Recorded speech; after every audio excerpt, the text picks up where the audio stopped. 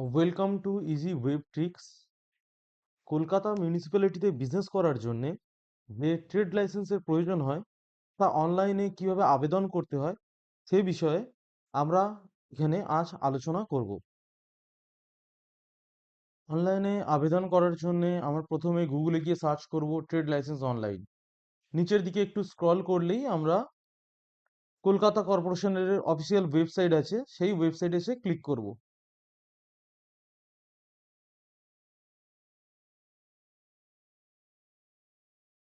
এইখানে এসে আমরা অনলাইন অ্যাপ্লিকেশন অফ রেজিস্ট্রেশন যে মেনুটি আছে সেই মেনুতে ক্লিক করব।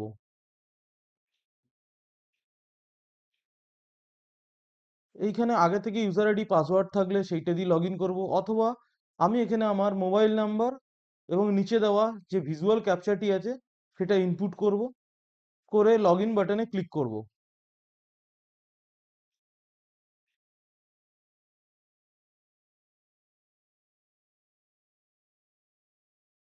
লগ ইন বাটনে ক্লিক করলে দেওয়া মোবাইল নাম্বারে একটি ওটিপি আসবে 6 ডিজিটের। সেই 6 ডিজিটের ওটিপিটি দিয়ে সাবমিট বাটনে ক্লিক করতে হবে। এবার লগ ইন হয়ে যাওয়ার পর online application registration for new সিইতে ক্লিক করতে হবে। মেসেজটি পড়ে ওকে বাটনে ক্লিক করতে হবে।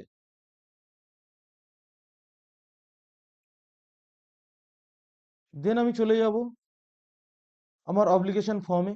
অ্যাপ্লিকেশন ফর্মটি খুললে এখানে আমি ফিনান্সিয়াল ইয়ার 2024-25 সিলেক্ট করব। ডেট অফ কমিটমেন্ট সবসময় যে ডেটে আবেদন হচ্ছে সেই ডেটটিকেই সিলেক্ট করবেন। নেম অফ দ্য বিজনেস যেটি আছে সেটা হচ্ছে আপনার বিজনেসের নেম। এইখানে আমি আমার বিজনেসের নেমটি এন্টার করে নেব।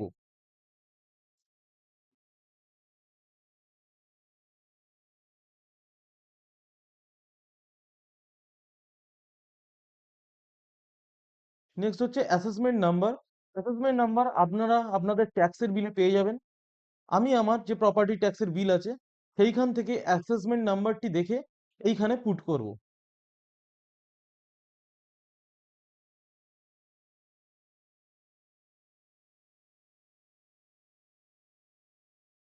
এইখান থেকে দেখে দেখে আমি আমার অ্যাসেসমেন্ট নাম্বারটা নিয়ে নেব, কপি করব এবং ওই ফিল্ডে গিয়ে ইনপুট করব।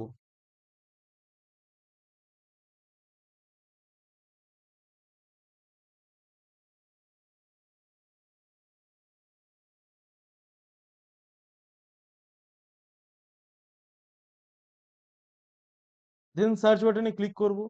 সার্চ বাটনে ক্লিক করলে অ্যাসেসমেন্ট নাম্বার অনুযায়ী আপনার অ্যাড্রেসটি নিচে চলে আসবে।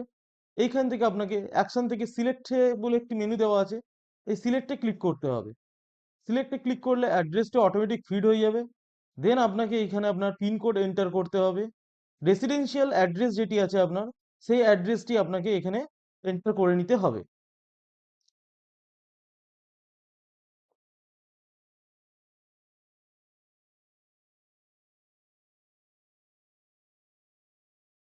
দেন আইডি টাইপে আপনি আপনার আধার কার্ড অথবা প্যান কার্ড অথবা ভোটার আইডি কার্ডের ডিটেলস আপলোড করতে পারবেন। আমি এইখান থেকে আমার আধার কার্ডটাকে সিলেক্ট করে নিলাম আইডি হিসেবে, এবং আধার কার্ডের আমার আধার নাম্বারটি আমি এইখানে আইডি নাম্বারে ইনপুট করলাম। বিজনেস এরিয়া কত স্কোয়ার ফিটে সেটি আপনাকে এইখানে এরিয়ার মধ্যে ইনপুট করতে হবে। এয়ার কন্ডিশন হলে ইয়েস অর নো সিলেক্ট করতে হবে। রেসিডেন্সিয়াল হলে রেসিডেন্সিয়াল, নন রেসিডেন্সিয়াল সিলেক্ট করতে হবে। Building occupation owner rented list, আমার যেহেতু রেন্টেড তো আমি এখানে রেন্টেড সিলেক্ট করব। কোম্পানি আর এলএলপি, আপনার যদি প্রপার্টিশিপ হয় তাহলে নট অ্যাপ্লিকেবল হবে। কোম্পানি আর এলএলপি হলে কোম্পানি এলএলপি সিলেক্ট করতে হবে।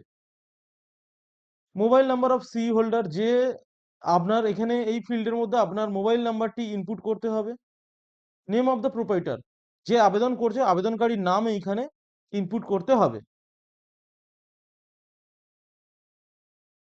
নেচার অফ বিজনেস, আপনার বিজনেসের নেচার অনুযায়ী আপনাকে এইখানে সিলেক্ট করে নিতে হবে। আমি এটি ফুড লাইসেন্সের জন্য করছি, আমার একটি রেস্টুরেন্টের বিজনেস আছে, তো সেই জন্য আমি এখানে তার অ্যাকর্ডিং যে ক্যাটাগরি সেটাকে সিলেক্ট করে নেব। সাব নেচার হিসাবে যেটা আপনার সাব নেচারের ড্রপডাউনে আসবে, যেই ধরনের আপনি বিজনেস করতে চাইছেন সেটা সিলেক্ট করবে।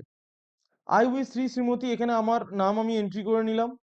প্যারেন্টস এর নাম আমি এখানে এন্ট্রি করে নেব।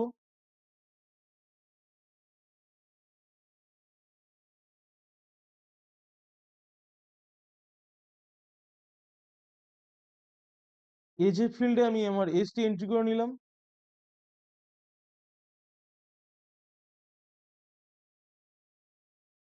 দেন নিচে নিচে এসে আই এগ্রিতে বাটনে ক্লিক করে ফাইল আপলোডে আসলাম।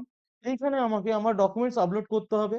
বিজনেস আধার, গভর্নমেন্ট আইডি প্রুফ। বিজনেস আধার হিসেবে এখানে আমি আমার কনসেন্ট লেটার এবং ইলেকট্রিসিটি যে বিল ছিল সেই দুটিকে একসঙ্গে মার্জ করে আপলোড করলাম। অবশ্যই এটা পিডিএফ ফরম্যাটে আপলোড করতে হবে। দেন আমি দেখিয়ে দিচ্ছি এখানে আমার ইলেকট্রিসিটি বিল এবং কনসেন্ট লেটার আমি এইভাবে মার্জ করে নিয়ে বিজনেস অ্যাড্রেস প্রুফ হিসেবে আপলোড করেছি।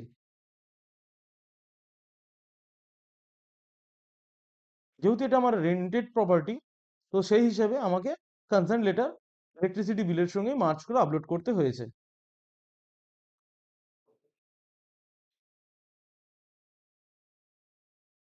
দেন এখানে আইডি, গভর্নমেন্ট আইডি প্রুফ হিসেবে আমি এখানে আমার ডকুমেন্ট আপলোড করব। এখানে আমি আমার আধার কার্ডকে আপলোড করে নিলাম। দেন আপলোড বাটনে ক্লিক করব। আপলোড হয়ে গেলে আপনি ভিউ অ্যাটাচমেন্টে ক্লিক করে যে ডকুমেন্টগুলো আপলোড হয়েছে সেইগুলো আপনি এখানে দেখে নিতে পারবেন। তারপরে চেক ফিজে ক্লিক করবেন, কত টাকা পেমেন্ট করতে হবে, কত টাকা অ্যামাউন্ট হচ্ছে গভর্নমেন্টকে পে করতে হবে, সেই অ্যামাউন্টটা আপনাকে দেখিয়ে দেবে নিচে। আমার এখানে যে অ্যামাউন্টটি হয়েছে সেইটি এখানে আপনারা দেখতে পাচ্ছেন, 18,70। এই অ্যামাউন্টে আমি পে করতে হবে। রিভিউতে ক্লিক করে আপনি যা ডেটা ফিট করেছেন সেটিকে আরেকবার চেক করে নিতে পারবেন।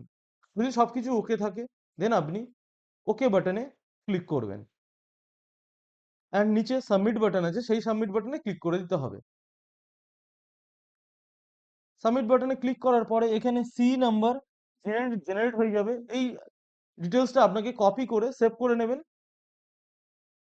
অ্যান্ড ইয়েস বাটনে ক্লিক করবেন।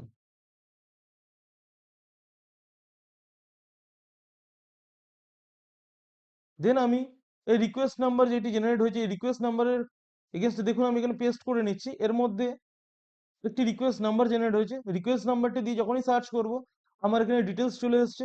আমাকে পেমেন্টটা কমপ্লিট করতে হবে। পেমেন্ট কমপ্লিট করার জন্য আমাকে পে বাটনে ক্লিক করতে হবে। পে বাটনে ক্লিক করার পর আমার কন্ট্যাক্ট নাম্বার এবং যে কোনো একটি ইমেল আইডি দিয়ে সার্চ বাটনে ক্লিক করতে হবে।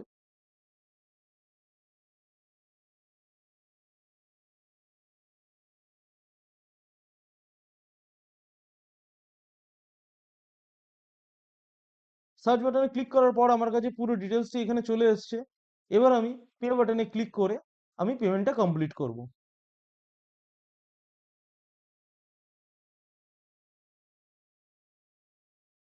পেমেন্টটি আপনি credit card, debit card, internet banking, QR এই পদ্ধতিতে আপনার পেমেন্টটা কমপ্লিট করতে পারেন। আপনার সুবিধা মতো যে কোনো একটি পদ্ধতিতে পেমেন্টটি কমপ্লিট করে নেবেন।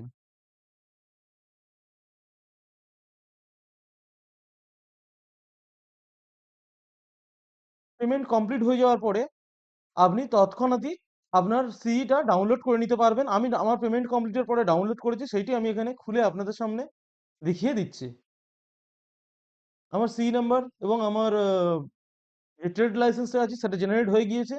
সেই ট্রেড লাইসেন্সটা আপনাদেরকে সামনে আমি এখন দেখালাম। Thank you for watching easy web tricks. যদি ভালো লেগে থাকে লাইক, সাবস্ক্রাইব এবং কিছু কমেন্ট করে দেবেন। যদি কিছু জানার থাকে আমি অবশ্যই আমার সাধ্যমতো সাহায্য করব। Thank you.